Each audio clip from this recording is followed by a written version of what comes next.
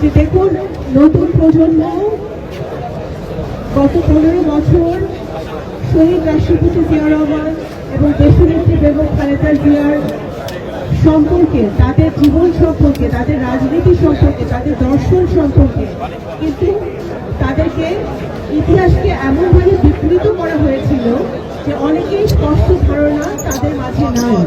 আজকে বহু বছর পরে বইমেলায় আমাদের ছেলেমেয়েরা, আমাদের বিভিন্ন শ্রেণী পেশার মানুষরা স্বাধীনভাবে হাঁটতে পারছে, বই লিখতে পারছে, বই পড়তে পারছে, নিজের মত প্রকাশ করতে পারছে। আমরা এমনও সময় পার করেছি যেখানে বইমেলার বাইরে একজন ব্লগারকে হত্যা করা হয়েছে, মুক্ত চিন্তার জন্য মানুষকে খুন করা হয়েছে, গুম করা হয়েছে, আইসিটি মামলায় তাদেরকে জেলে ভরা হয়েছে। আমরা সেই যুগ পার করে এসেছি। আর আমরা এমন একটি বাংলাদেশ দেখতে চাই যেখানে আমরা স্বাধীনভাবে আমাদের ছেলেমেয়েরা লিখতে পারবে, বলতে পারবে, তাদের মনে ভাব প্রকাশ করতে পারবে, দল মত নির্বিশেষে, সে যে দলেরই হোক, যে মতেরই হোক। আমরা সেই বাংলাদেশ এই প্রজন্ম দেখতে চাই।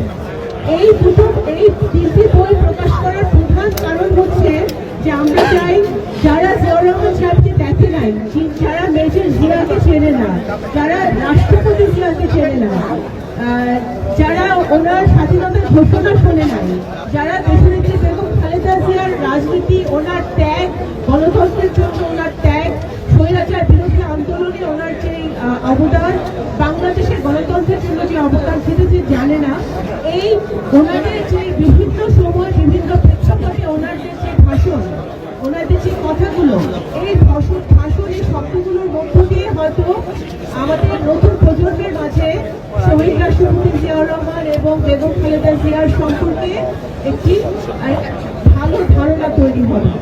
সেই কারণে এই প্রয়াস। আপনারা দোয়া করবেন যেন ভবিষ্যতে জিয়া স্মৃতি পাঠাগার থেকে আরো অনেক অনেক উন্নত মানের পাবলিকেশন, বই আমরা আসতে পারে।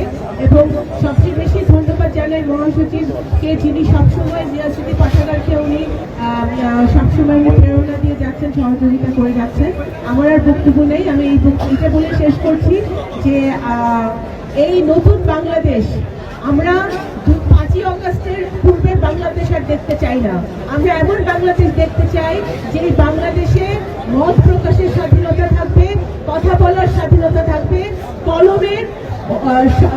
আমাদের কলমের জোর থাকবে সবচেয়ে বেশি। ধন্যবাদ।